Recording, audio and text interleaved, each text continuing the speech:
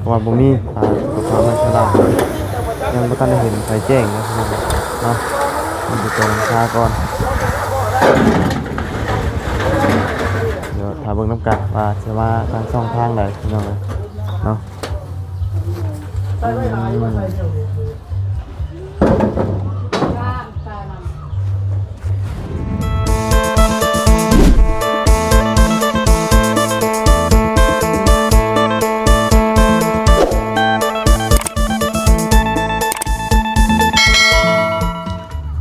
พี่น้องกันเนาะสบายดีและสวัสดีเพื่อนพี่น้องกันเบิดสุขุสุขคนเด้อพี่น้องกันเนาะมื้อนี้บรรยากาศกันดีพี่น้องกันเนาะถือว่าแดดนี่บ่ค่อยมีปานใดมื้อนี้อากาศมื้อนี้โอ้คักก็ดีพี่น้องกันเนาะท้องฟ้าแจ่มใสเนาะเอาพอดีมื้อนี้ก็ซื้อปูนเนาะมาให้ทั้งสร้างเพิ่นสิเทบันไดนั่นแหละพี่น้องกันเนาะเพราะว่าเพิ่นว่าใส่ปูน2 สอบเนาะไอ้ที่ว่าอันเทบันไดนะพี่น้องเนาะบางคนก็ได้ซื้อมา2 กระสอบพี่น้องเนาะนี่เด้แล้วก็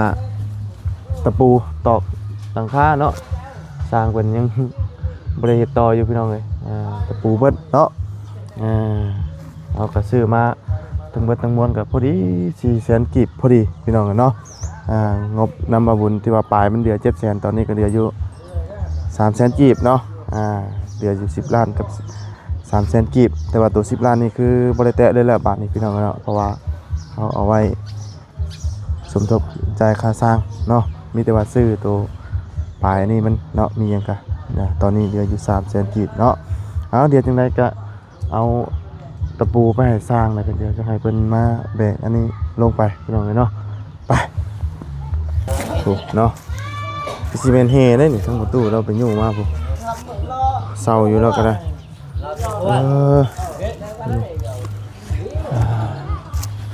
เอาเมื่อยบ่ตู้อยู่เฮมาเนาะพ่อบ่นี่นะมันทรายนี่ต้องไปเอาอยู่นี่บ่ทรายนี่มันยากเนาะเชใกล้เนาะขอน้ำเวียดเลยเนาะซื้อมา6 โลพี่น้องเอ้ยมันบ่มีแบบเป็นธงเนาะก็ได้เอาตัวนี้มาก่อนพอก็เดี๋ยวจังว่ากันเนาะน่าจะพออยู่ติเนาะโอ้เฮ้ยสร้างเอาตะปูนี่เอาโอ้พักเที่ยงบ่พอบ่พออย่างเนาะเดี๋ยวไม่ได้ลายเด้เอาเลย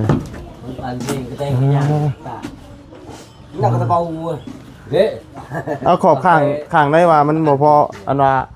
1.70 นะข้างไหนนี่ข้างนี้บ่ตัดออกตัวนั้นก็ต่อขึ้นบดได้อยู่หรอกได้อยู่บ่ยังมันได้1.10ก็ต่อข้างนั้นอีกแล้วข้างนี้เลยยังขาดแต่1.70บ่ก็ปูนเอามาแล้วนี่รถ2 ชอบเนาะเดี๋ยวไปยกเอาแล้วแหละปูนนะอยู่เอายกไม่ได้เลยไป2 เปาเนาะ2 เปาพอดีอยู่ที่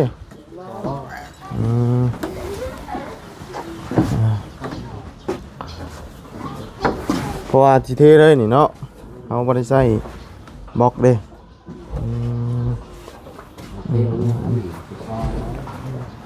สร้างเป็นขาตะปูเนาะซื้อตะปูมากพี่น้องทางประตูกันเมื่อยแล้วก็ไปคนทั้งแฮทั้งซ้ายเนาะตู้เนาะรอป่ะรอก็ได้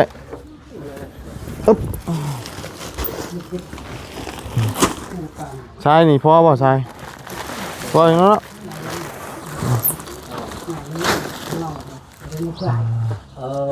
มีแต่เทเลยเหรอมื้อนี้น่ะเทเลย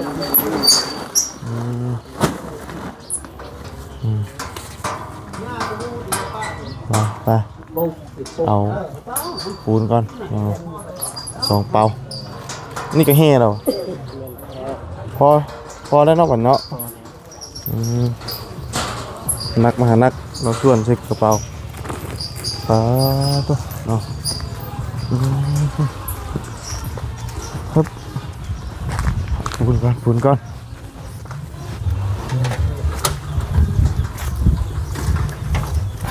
เหยียบเลยจักกินเนาะ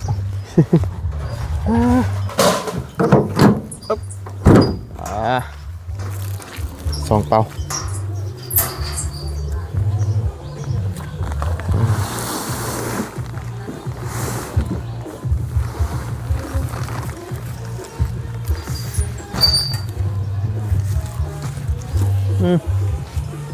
สายปาร์ตี้มาละบาทนี่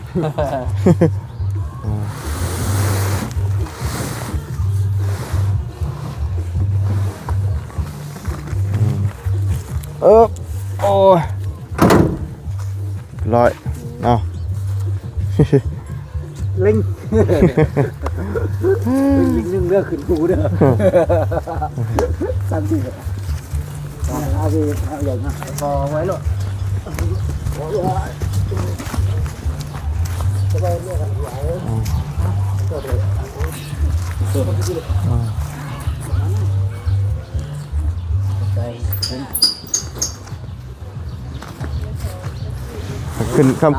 ขึ้นมุ่งวันนี้เนี่ยมันคือชิแล้วเลยบ่วันนี้เนาะขึ้นวันนี้ก็ได้ชิแล้วมันเทได้เนาะ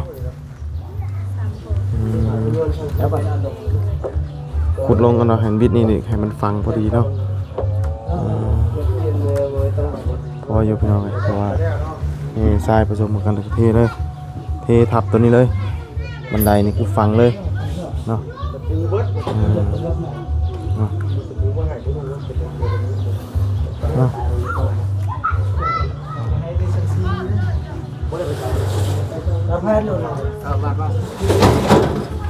สองแผ่นได้ป่ะ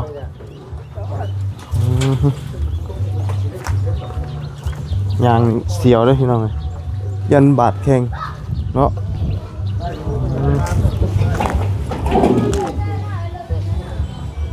ได้แล้วตรงติงนี่เป็นนังค่าเนาะ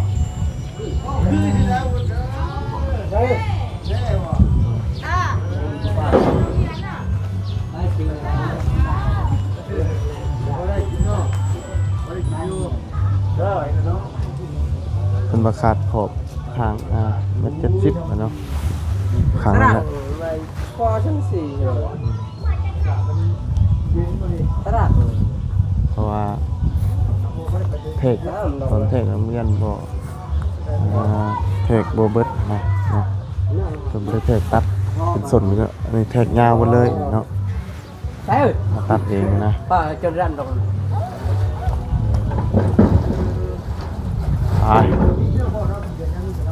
บาร์ได้ไหมใช่บาร์ได้ฮะสองแผ่นป่ะ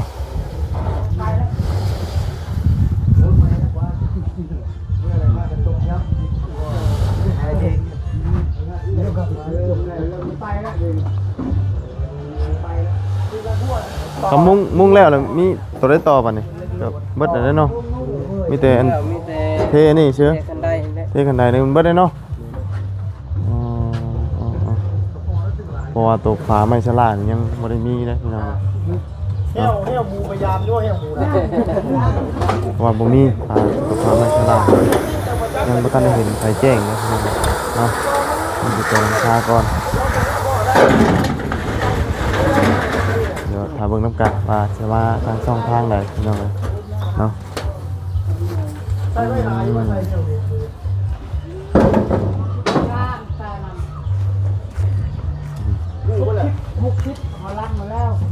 มีตามเนาะไปตามน้องตามบุยเราไปคนเฮคนทรายกะเทียมไว้ให้สร้างเนาะโอ้โหเป็นจังไดได้ปลาข้อใหญ่ยี่บ่ประตูมานี่เนาะบ่ได้ไปครับบ่สบายดีเด้อเนาะโอ้เห็นว่าข่อยขึ้นเอาอันเอ็มน้อยให้เพิ่นก่อนโอเคเนาะเบ็ดมาได้เบ็ดเรานี่มื้อแรงเราสิไปใช้ติจังน้อยก็สิไปตัวนี้เบ็ดปลายัง บ่ ตามมันนั่น อ๋อมี ตามตัดเอาปลาแล้วตามมัน มีเบ็ดตัวน้อยตัวใหญ่อีก โดย เนาะ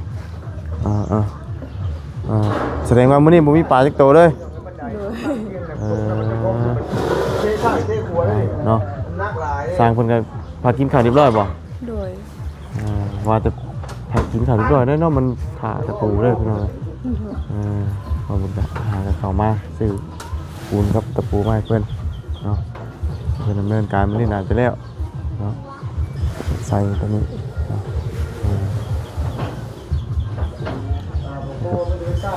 มีแต่ขอบคางนั้นที่ว่าขาดพี่น้อง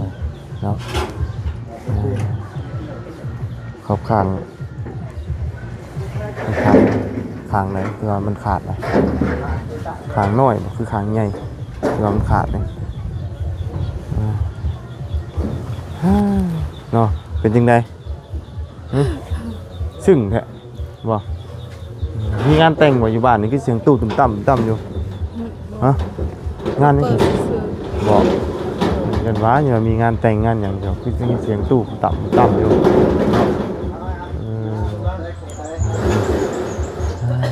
จะหัวบ่อยู่ว่ามันนี่ โดยเราไปเฮ็ดอันนั้น หึ เราไปเฮ็ดบัญชี เปิดบัญชี โดย ห่วยเปิดบัญชีธนาคารอ๋อฝากเงินเนี่ยบาทเลยเนาะเงินหลายต้องเปิดบัญชีนะ เปิดไว้เนาะเวลามีอย่างเขาจะเก็บเงินเก็บคำสะดวกสบายไม่ต้องถือใส่กระเป๋าเนาะ โดย ลงน้ำมันกระเปียกเนาะแต่งบ่ได้กินเลยเนาะ กินอยู่ โอ้ยมันคือเหี่ยวกระเตี้ยวอยู่บ่ มันอันนั้น บัดคนคือบัดเต็งตึงอยู่บัดบักแตงคือเหี่ยวแท้เนาะฮะ มันบ่งาม เป็นได้ใดเออโดยมันบ่งามเนาะ โดย แต่ว่าพอดีกินได้ใช่ไหมน่ะหมักน้ำนี่เนาะ โดย แต่ว่ามันโมเมนต์หมักแตงน้อยที่หมักแตงใหญ่นี่นะพันธุ์ใหญ่นี่นะอันนี้นะพันธุ์จระเข้ได้นี่นะเมียนบ่ โดย ก่อนจะมาพันธุ์จระเข้นี่มันมีหนามคือจระเข้นี่เห็นบ่นี่มันมีหนามโอ้กินกันยากเลยตัวนี้มีหนามเนาะอยากมีหนามเนี่ย เกิดพันธุ์จระเข้มีปลาบ่อยู่นี่ มี บ้างเปล่าเนาะมื้อนี้โอ้ยเนาะเรือจังช้ำ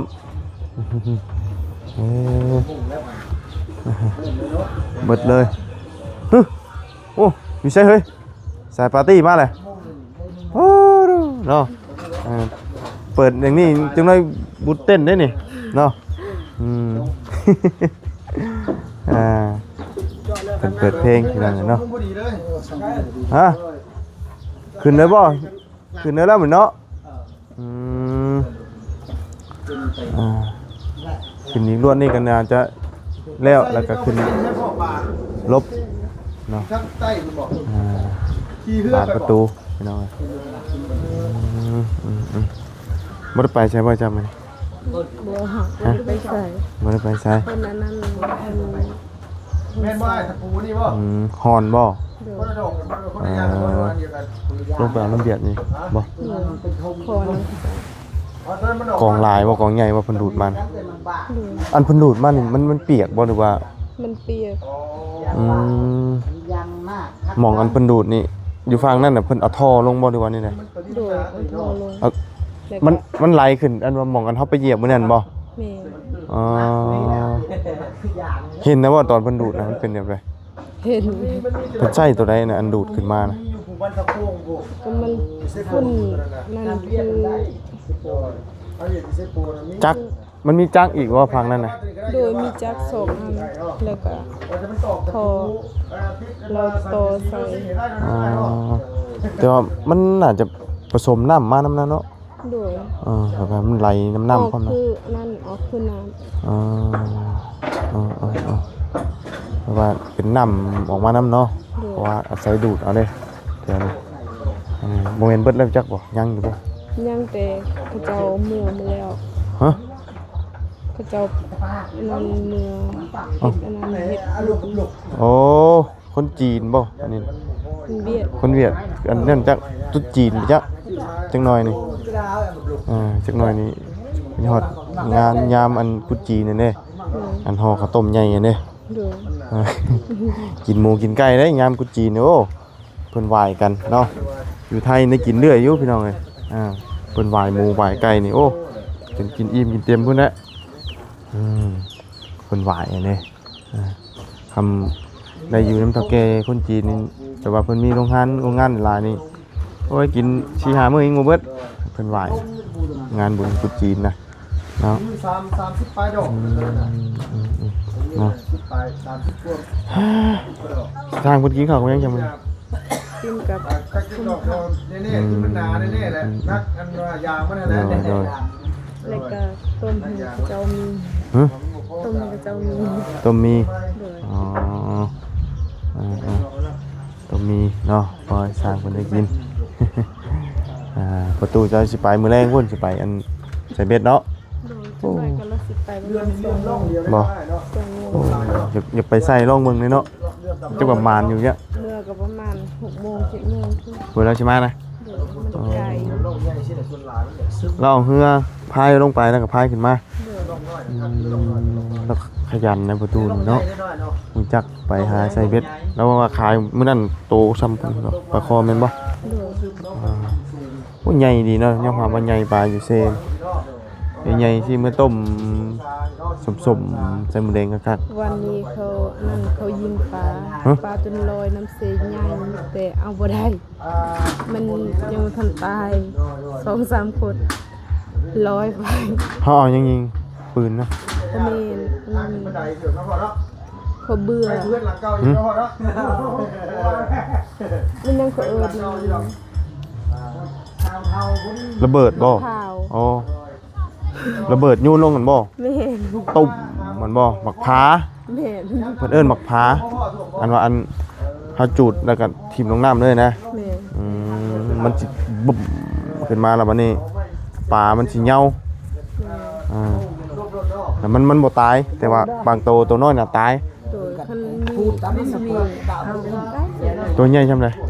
ใหญ่นั่นปลายังเติมปลาใหญ่ปลาคอใหญ่ มื้อใด เมื่อวาน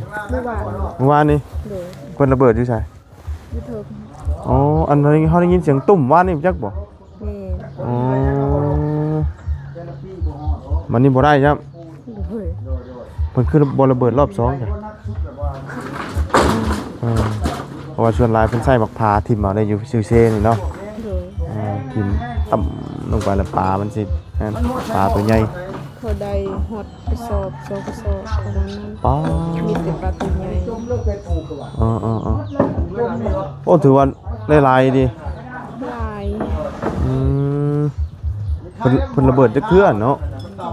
ส่งเพื่อกันได้เลย อ๋อคนหลายบ่อันว่ามันเป็นระเบิด ลาย เพราะมันต้องหลายคนเก็บมันนะเนาะ มันจะมีตัวตายตัวบ่ตายเนี่ยตัวบ่ตายก็เหย้าอะนะเพราะมักผานี่มันใส่แรงดันแบบกระแพกเลยครับเนาะชุกแล้วว่ามะขามนี่ ลุงเถื่อกระสุก ใส่ต้มเนาะใส่ต้มปลาคอใหญ่นี่โอ้ยแซ่บเลยนี่เอารุ่นว่าประตูเราไปใส่แมลงสิได้ปลาคอใหญ่อยู่บ่เนาะทำได้นี่ให้ลุงเฮือมาต้มมากินคือเอามะขามรับรองเนาะแซ่บอยากได้เนาะเราไปแต่เทื่อบ่เคยว่าบ่ได้เนาะได้ตลอดแต่ตัวใหญ่พร้อมมันนะบ่มีว่าตัวน้อยนะมีแต่ปลาตัวใหญ่ๆเลยปลาคอปลาดุกเนาะเบ็ดแล้วนี่ก็แบบว่าคันใหญ่ๆเลยเขาใส่ตอนเว้นมันบ่กินบ่ตุบักเบ็ดนี่ปลามันบ่กินบ่ใส่ตอนเว้นปักไว้ฮอดค่ำนี่ฮะบ่ใส่ตอนเว้นนี่ได้ใส่ตอนเว้นนี่มันบ่กินบ่ปลามันบ่กินบ่บ่เฮาไปใส่ตอนเว้นนี่มันบ่กินบ่ปลาน่ะบ่กิน ใส่แต่ตอนนี้ อืม มีแต่ว่าอาศัยใส่ตอนแรงน่ะไปยามเอามื้ออื่นนะเนาะ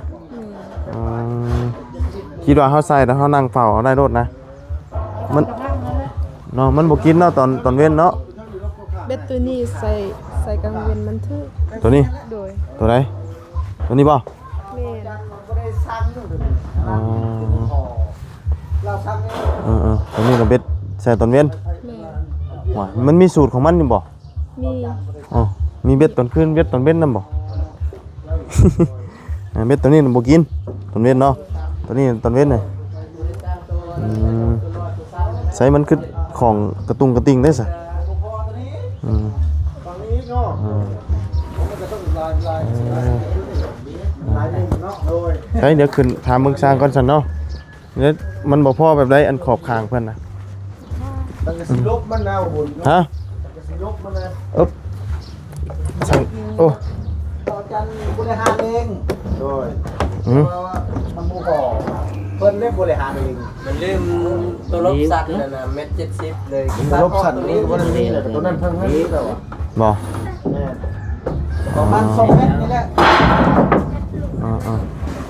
ประมาณ2เมตรน้อยเนาะ ๆแล้วละ แต่ละเส้นมันได้2เมตรเลยเนาะ โดย ฟังนี่อันนึงฟังนี่อันนึงบอกเลยว่ามีแต่เอา2เมตรหลักแล้วเลยตุ้ยอ๋อ เอาแบบใดบัด เอาซ้ำนี่ก็พอเลยซ้ำนี่ ซ้ำนี่ก็ได้นี่ซ้ำนี่ ซ้ำนี่2เม็ด อันนี้เฮาไปบอกเขาเหยียบว่าในใดนี่ สังกะสีลบข้าง สักสีลบข้างถ่ายรูป ถ่ายรูปไปให้กับเจ้าเบิ่งก็ได้ นี่บ่เขาเหยียบจักเส้นนี่นะ เหยียบแบบนี้แหละ มีแต่ว่าบอกซ้ำนี่น่ะจบเลยเนาะ เอา2เมตรแล้วก็จบ เลย เลย บางทีแล้วอันนั้นคนลาวกัน ห้านไหนเราชื่อ วิทาโคงแล้ว หัน อ๋อ เบียด บันตะโพงไปอ๋อ หันเบียดมันง่ายอยู่ดอกกันว่าหันเบียดนี่น่ะ เราบอกง่ายอยู่มันนี่เนี่ยมีแต่ให้เราเหยียบให้เราก็เหยียบให้เราหรอก เท่าไรนี่นะเข้ามา2เม็ดนะ ราคาจักแค่80-90,000นี่แหละมุงนั่นแหละ อืม กัน2เมตรก็ประมาณ200,000ปลาย สังกะสีนี่ก็60ปลายพันสิเนาะอันนี้น้อยๆนี่ก็บ่ได้แพงปานใดหรอก โอ้ย หักเม็ดมันนี่ราคาจำกันเลยพวกนี้ นี่นั่นบ่ มันเขาไล่ราคาเดียว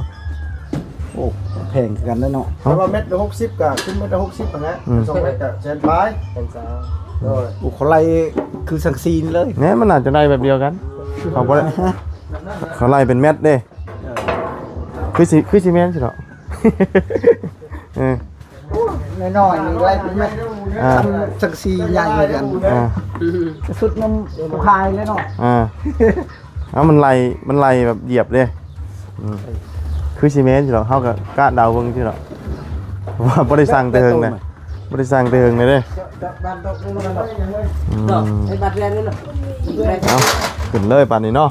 แล้วบัดนี้ แล้วเนาะมื้อนี้เนาะ แล้วมื้อนี้เรียบร้อยแล้วมื้อนี้ เรียบร้อยมื้อนี้เนาะตะปูพ่ออยู่หรอกบัดนี้เนาะ จ้ะเดี๋ยวคันโพนู่นน่ะเป็นทงหั่นใดอยู่นี่จักพอจักบ่พอแล้วกับชิปทงนี่โอเคตะปูรุ่นตอกแต่ก่อน อันนี้มันนักกันว่ายางมัน หนักอย่างหน้าอันนี้เป็นบาบางเลยไล่ติดกันเชิญตาสิ บ่พอเดี๋ยวจัง มันบ้า เด้อ บ่พอก็เดี๋ยวจังซื้อไหม แต่รับเป็นก็ดวง เนาะ นี่ตะปูเขาตอกแต่เก่า อ๋อมันบาง ชับกันเบิดมันบาง มันน้ำหนักยากแล้วแหละ หนักยางมันก็บ่ร้ายเลยตะปู มันหนักตัวอย่างเนาะเมียนความแต่ว่าตัวนี้นานสอดเด้ ยางตัวนั้นมันลื่น หึ อันนี้บ่มันปานใด ตัวนี้บ่มันบ่ คงเวียด มันซื้อฮันเวียดได้อยู่แล้วซื้อไส้อยู่แต่เก่าก็ซื้อไส้อยู่ ปลาทุโลก ไอ้ยังไปติดปากไหนผม ทำบ่พอจังไดเดี๋ยวจังซื้อไหม ทานอยู่นอกนี่ก็มี มีบ่ มี โอ้ แนวเอาใส่แต่เก่าหันบ่มีแนวบางๆมันบ่มี บ่มีคำว่ามันบ่พอกันแล่นไปเอาอยู่นอกได้เนี่ยมันก็ได้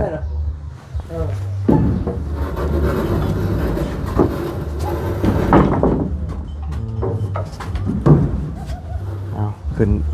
รอบนี้น่าจะแล้วเนาะเมื่อยบ่ตุเมื่อยบ่ฮะ เช้าแล้ว เมื่อยเช้าแล้วเนาะ ดีใจเด้ได้ใหม่เด้ ไอ้กันใหม่แมลงไปหาปลาคอใหญ่แล้วแมลงเนาะ ไปแล้ว อ่า เยี่ยมเลยเจ้าก่อน มือเลย โอ้ไก่สิได้นอนแบบบ่ต้องเปียกเนาะตุเนาะอ่ายังบ่เคยแบบว่าอยู่กันดีๆอีกเทื่อเนาะเคยว่าจ้ะตุเคยบ่แต่ก่อนตะกี้ได้จ้ะ บ่เคยแต่พอแต่แม่ก็เคย เออมีแต่เรื่องตุกๆกากๆนั่นแหละ อันคือหลังอันมั่งไปนี่ปุ๊บได้ประมาณ10ปลายปี ได้ แต่ก่อนหน้านี้ได้จ้ะก่อนที่ว่าสิปลุกหลังนี่อยู่ไสตะกี้น่ะ อยู่นี่ อยู่นี่ วันนี้นะ อ๋อแต่ว่ามันก็น้อยกว่านี้อีกกว่าอันตัวมั่งไปอีก โอ้น้อยกว่ามานี่ อ๋อน้อยกว่าตัวมั่งไปอีกนะ จักตอกมัดหัวตอกมัดบ่มีตะปูแต่ก่อน rồiเอาเนาะและนอนสบายแล้วบัดนี้เนาะฝนสิบ่หัวซะเด้อบ่เฮิงเนาะเนาะ ยังมีใครบ่ได้พ้นดินฮบคน rồiยามนี้ฝนยังทันได้ตกก็บ่ต้องย้านบัดนี้ บ่ยานเนาะ มีหลังคายังใช้เรียบร้อยเลยเนาะหลาย10ปีบัดนี้เปิดสิเพเนาะเปิดสิเพสิพังมันเราเฮ็ดอย่างดีได้เด้เนาะเอาเนาะมื้ออื่นหวังว่าสิได้ปลาคอใหญ่เนาะตู้เนาะ เจ้า เออ มาได้ แต่ว่าบ่เคยขาดเนาะ บ่เคยขาดกันชัย อ๋อ ตัวนึง2โตนั่นแหละกดปลาลาดนี่บ่เคยขาดปลาลาดปลาลดนี่ ปลาคอนี่มันโชคได้2-3โต แต่ว่าตัวใหญ่นี่ก็ได้เรื่อยอยู่เนาะ ได้เลย โดยน้องบุตรเพิ่นว่าเพิ่นระเบิดอันอยู่เซวันแม่นบ่ เอาระเบิดก็ได้เลยมีปลาชะกางหมดปลาปาก ปลาโตงใหญ่ว่ะเพิ่นระเบิดเอาเนาะระเบิดบักพา ลูกพอยานบ่เคย ย่านเลยเนาะเตะขี้มือเนาะตับบางเทื่อ พ ยุ่ง อลายคนแล้วพอเห็นถึกระเบิดนี่ อันมักพานบ่ บ่แม่นยนต์ยิง หึ แต่สงคราม อืม เคยเห็นแต่อยู่ในผู้อยู่ทำผมโอ้ยยนต์ยิง เจ้ากระทันอยู่ที่ตอน ฐานโอ้ยทาหาด พบอยู่ใช่ตอนนั้นน่ะ พวกอยู่ผู้ พบอยู่พวก ถึกทานพันธะเลยเขา อ๋อถือทหารพันธะเจ้าน่ะอ๋อถือปืนได้ปบเลยเนาะมัน ปื สุ นมันพวกทำได้พวกยนต์นี่ ปบยนต์นะยนต์มันยิงลงมาเนาะ จ้ะ มันยิงมาถึงฟ้ามันฉูบได้เนาะ ก็ได้เลยมันเห็นเขา คำว่าอันไล่ยิงกันนี่บ่ปบเนาะไล่กันเนาะบ่สู้ก็ตายเนาะ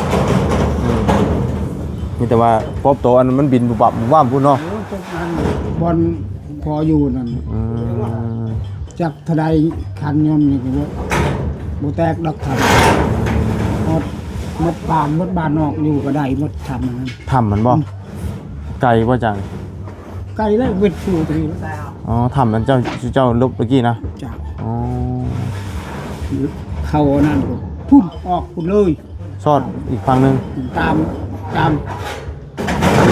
มีแต่กกไม้กับกกกระจะทำนี่ดิน โดยใส่อยู่ในถ้ำในหู้ตรงนี้เนาะนี่เด้ อยู่ในหันเนี่ยกกในหันเนี่ยหากินหาละบาทหากิน โดยป้าจะเขาออกกันเด้อฉันเด้อ จ้ะ เด้อสบายดีเนาะเอ้ย